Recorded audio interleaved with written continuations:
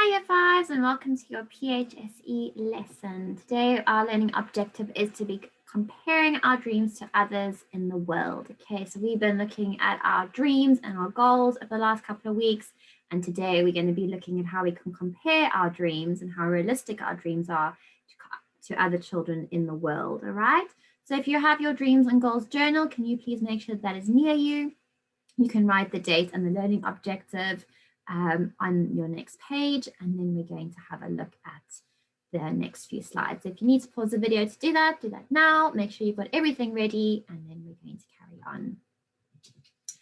So we're going to look at these three children. Okay, we got three children, all in different parts of the world, and I would like you to have a think about what can you see, what do you notice about these three pictures, and think about your own life and how you can compare your life and what you're living and how these children's lives are different to yours. Okay, so just have a moment now to have a look at those three pictures and see what you can see from that.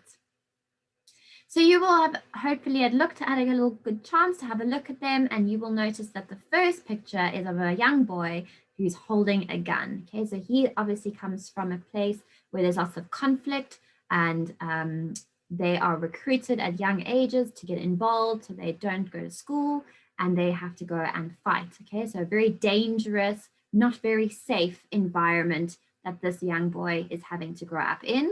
And so his dreams and goals are probably going to be very different to yours. Okay, so if you can imagine being a young boy or a young girl who's in an area where there's lots of war and lots of fighting happening, what kind of dreams would you have that you might want for your life if you were in that situation? So have a little think about that. Now, the next picture is of a young girl, and you can see there that she's sitting on the floor. She's not at a school desk. She's clearly trying to learn. She's got a book in front of her, but we can also notice that she's got no school shoes or any sort of something on her feet. Okay, so she could come from an area that's not got, maybe education is not very highly sought after, or it's something that only maybe really rich people can attend, schools that have lots of stationery, desks, and smart boards, and all those lovely things that you guys have in your classroom. So what do you think her dream could be or might be? All right, so have a little think about that. And the last picture is of a young boy as well, who is carrying lots of large containers, and more than likely is having to go and fetch water from the local well or dam in order to take it back to his household. All right, so they don't have running water out of the taps like we have. All right, they have to go and get their water from a well. Right, and imagine now having to carry all those water bottles that are full of water. I know just carrying one water bottle would be quite heavy, and having to carry all of those, how do you think his life would be different, and what do you think his dream or goal would be? So just have a think about those three pictures. And then in your dreams and journal book, you are going to compare how you live to the lives of these children. Okay. So first of all, you're going to answer these 4 questions in your book. It says, how are the lives of these children the same as yours? So what could be similar to yours? So maybe have a look at their age, maybe have a look at some of them go to school. All right, so have a think about what could be similar. So what is the same? All right, and most of you hopefully would have probably put their age. Okay, that there's probably similar in age to you. All right, and that they probably have dreams and goals just like you do. Okay, they have things that they want to aspire to. They have things that they hope for. All right. Question number 2, how are the lives of these children different from yours? So have a think about that and answer that in your book. Number 3, what aspiration or dreams? Okay, another word for aspiration is a dream. What dreams do you think that these children might have? Okay, so when you had a little think about those 3 children, what do you think they might dream of? And you can just write picture 1, picture 2, picture 3. Okay, so give me a goal for each of those, or a dream for each of those pictures. And the last one there, how are their dreams the same or different to yours? Okay, so what do you think could be the same and what could be different? Right, so hopefully you've had a chance to answer those questions, all right? And you can see that they live very different lives to us, okay? They are unfortunately live in areas that, like we can see from the first picture, with lots of fighting, so probably feeling very unsafe, lots of danger. And, you know, I think as a child living in those conditions, you would be very scared. All right, picture number 2, right, obviously having to go to a proper school where they have desks, they have stationery that they can use, okay, that they have money to be able to be provided for. And the last picture there, obviously that young little boy is having to go and fetch water for his family, for his household.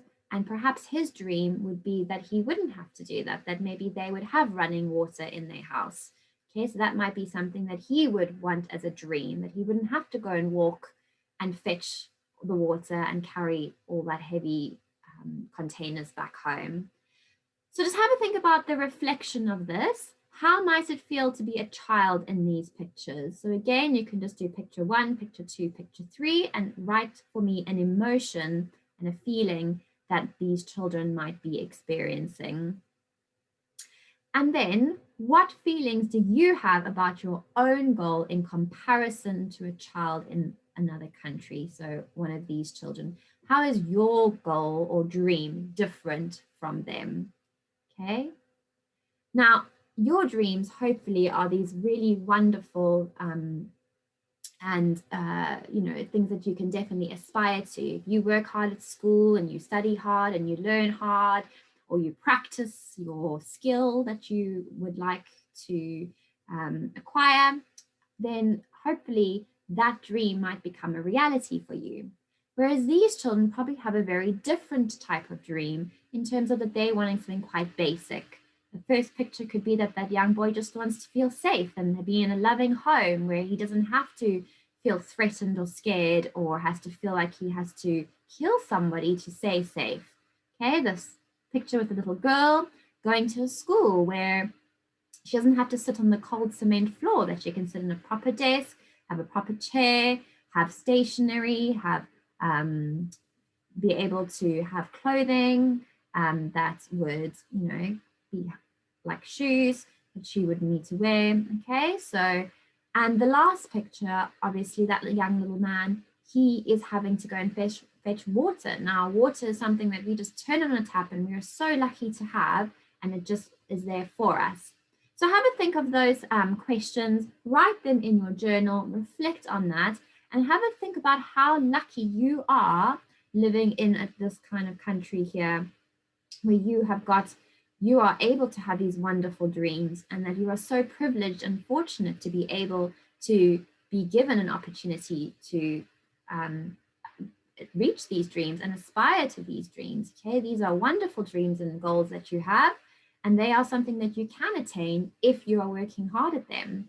All right, it's not something like having basic running water when you need to go shower or bath.